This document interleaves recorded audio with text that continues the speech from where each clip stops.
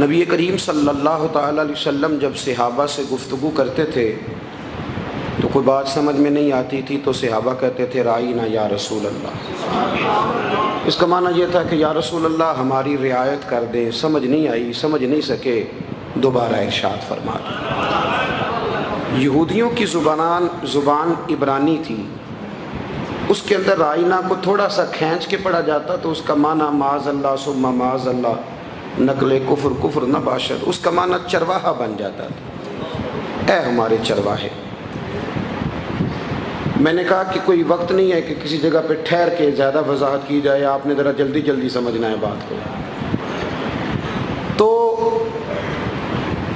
یہودیوں نے کیا کرنا شروع کیا کہ انہوں نے رائینا کھینچ کے پڑھنا شروع کیا، تو منافقین نہ اس لفظ کے پیچھے چھپ کے، اس جملے کے پیچھے چھپ کے نبی کریم علیہ السلام کی معاذ اللہ بے ادبی کرنے لگے۔ صحابہ تو اچھی نیت سے کہتے تھے، وہ ذرا کھینچ کے کہتے تھے اے ہمارے چرواہے۔ ایک صحابی تھے، وہ ان کی زبان جانتے تھے، وہ نبی کریم علیہ السلام کی خدمت میں آئے تو آ کے عرض کی یا رسول اللہ میں ان کی گردنیں مار دوں گا۔ حضور نے فرمایا کیا ہوا؟ حضور یہ آپ کو معاذ اللہ چرواہا کہہ کے پکارتے ہیں اور لفظ کھینچ کے بیان کرتے ہیں۔ تو صحابی نے تو ابھی بات کی تھی، رب کریم نے قرآن مجید نازل کر دیا۔ آپ نے بڑی باریکی کے ساتھ بڑی توجہ سے میری بات کو سمجھنا ہے۔ صحابہ جب رائینا کہتے تھے ان کی نیت اچھی تھی کہ نہیں؟ ہاں نہ کیوں نہیں کرتے آپ؟ سارے کریں نا جی۔ وہ تو برے نام اس لفظ کو بری جگہ استعمال نہیں نہ کرتے تھے، بالکل اچھی نیت تھی، صاف ستھری تھی۔ منافقین کی نیت بری تھی رائینا کہنے میں، صحابہ کی اچھی تھی۔ اللہ کریم نے کیا فرمایا؟ فرمایا یا ایھا الذین آمنوا، اور یہ پہلا حکم ہے قرآن کا جو اللہ نے اے ایمان والو کہہ کے بیان کیا۔ یہ جو ترتیب توقیفی ہے نا، جس حساب سے قرآن مجید اب ہمارے پاس موجود ہے، اس میں یا ایھا الذین آمنوا کہہ کے رب نے جو پہلا حکم دیا ہے وہ نبی پاک کی تعظیم کا دیا ہے۔ اب ارشاد کیا فرمایا گیا؟ یہ کہا جا سکتا تھا کہ ان کی نیت بری ہے، ان کی اچھی ہے، اللہ تو نیتوں کو جانتا ہے نا، علیم بذات الصدور ہے، پر رب کریم نے فرمایا یا ایھا الذین آمنوا لا تقولوا رائینا، اے ایمان والو جس لفظ کے پیچھے چھپ کے کوئی میرے نبی کی بے ادبی کرتا ہے نا، تم وہ لفظ ہی کہنا چھوڑ دو۔ تو یا اللہ کیا کہیں؟ فرمایا وَقَهُ وَقُولُ انظُرْنَا، یا رسول اللہ ایک نظر کرم فرما دیں، تم یہ کہنا ہی چھوڑ دو رائینا، یہ لفظ کہنا۔ پتہ ہے اعلیٰ حضرت فاضل بریلوی کا مزاج کیا ہے حضور کے بارے میں؟ اعلیٰ حضرت فرماتے ہیں کہ جس لفظ سے بے ادبی ہوتی ہو نا، جس جملے سے بے ادبی ہوتی ہو، وہ حضور کی بارگاہ میں نہیں کہنا۔ اور اگلی بات سنو، اعلیٰ حضرت اسی آیت کے تحت فرماتے ہیں کہ جس جملے سے شک بھی پڑتا ہو نا، نہیں کوئی نہیں سمجھ آئی آپ کو میری بات، یعنی شبہ بھی ہوتا ہو نا کہ بے ادبی ہو سکتی ہے۔ نبی کریم نے بکریاں چرائی ہیں اور حضور کو چرواہا کہنا جائز نہیں۔ اور قاضی اعجاز مالکی رحمۃ اللہ علیہ فرماتے ہیں کہ یہ تو کہا جا سکتا ہے کہ مدینے کی پاک مٹی حضور کے قدم چوم رہی تھی، کپڑوں کو لگ گئی تھی، پر یہ نہیں کہہ سکتے کہ نبی پاک کے کپڑے میلے ہیں۔ آپ سمجھے بات کو؟ بڑا ادب والا جملہ، ادب والا اعلیٰ حضرت نے ساری زندگی لفظ کملی والا نہیں کہا۔ کہنے لگے یہ حروف کے ترتیب کے لحاظ سے لفظ وزنی نہیں، میں نبی پاک کے لیے وہ والے لفظ ادا کروں گا جو وزن کے اعتبار سے بھی صحیح ثابت کرتے ہیں۔ آپ نے ایک جگہ بیٹھے تھے تو یہ میں کیوں بات کر رہا ہوں کہ آپ نے نا عنوان تاجدار ختم نبوت بھی رکھا ہے۔ جب ہم گنجائش دیتے ہیں نا غیروں کو، جب کسی نے کہہ دیا نا کہ نبی پاک صلی اللہ علیہ وسلم ہماری طرح بشر ہیں، دو ہاتھ ہیں دو پیر ہیں، تو پھر کافر کہنے لگے کہ جن کے دو ہاتھ دو پیر ہوتے ہیں ان کے تو معاذ اللہ کارٹون بن سکتے ہیں۔ آپ کے وزیر اعظم کا کارٹون بنتا ہے کہ نہیں؟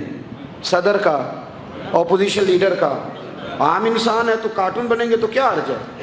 اعلیٰ حضرت نے فرمایا نہیں، تمہیں غلطی لگ گئی ہے، وہ عام انسان نہیں ہیں، وہ تو نبیوں میں رسول افضل، رسولوں میں اولی العزم رسول افضل، اور فرمایا پھر سب سے اولا ہو اعلیٰ ہمارا۔ اعلیٰ حضرت نے نا فرمایا وہ لفظ نہیں بولنا جس کے پیچھے چھپ کے کوئی. ایک صاحب اعلیٰ حضرت کے سامنے نا نعت پڑھ رہے تھے تو انہوں نے نعت کا شعر کہا کہ شان یوسف جو دبی وہ بھی اسی در پہ دبی. تو آپ فرمانے لگے تیرا کیا خیال ہے نبی پاک کسی کو دبانے آئے ہیں؟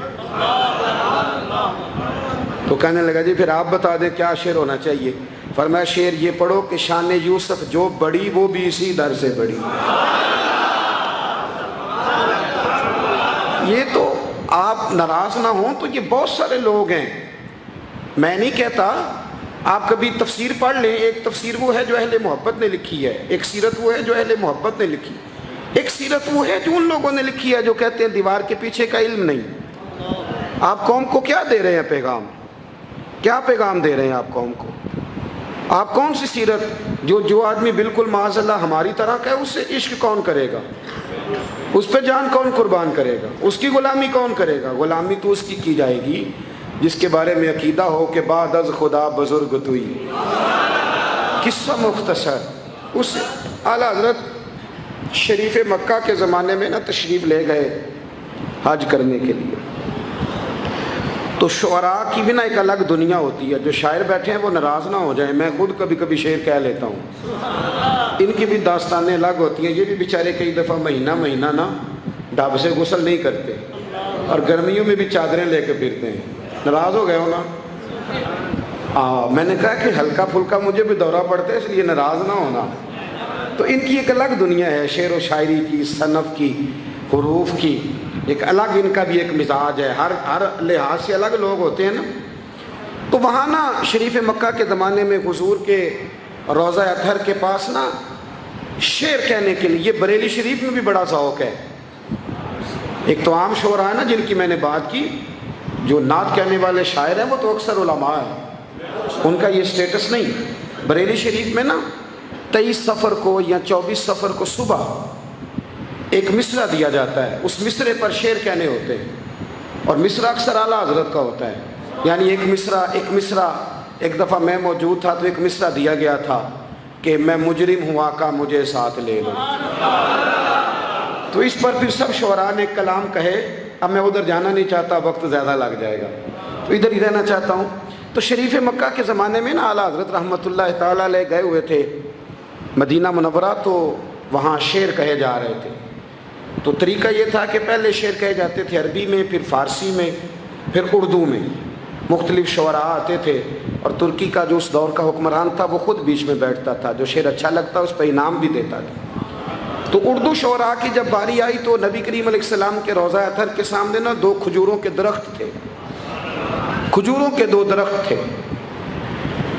تو اب شعر کہنا ہے, اس نے کہا جی یہ اس کو ذرا نا شاعری کی صنف میں بیان کرو, تخیل بیان کرو.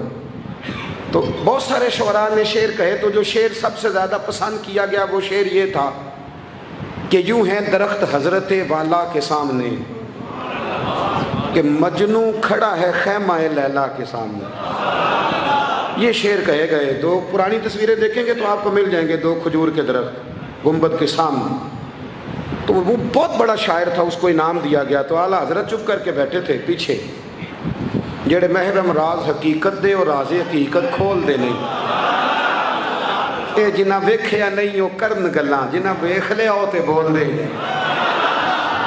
ایک بندے نے نا اعلیٰ حضرت کو چھیڑ کے کہا کہ آپ نے نہ ہاں کی نہ کی. فرمانے لگے شعر ہی کوئی نہیں تو ہاں نہ کیا کریں.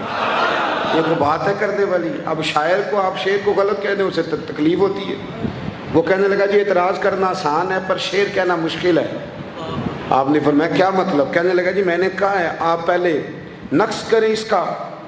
علم مناظرہ کی ایک اصطلاح ہے, پہلے اس دلیل کا نقص کریں پھر آپ اپنی دلیل دے دیں. میں کہوں گا کہ میرا شعر درست نہیں.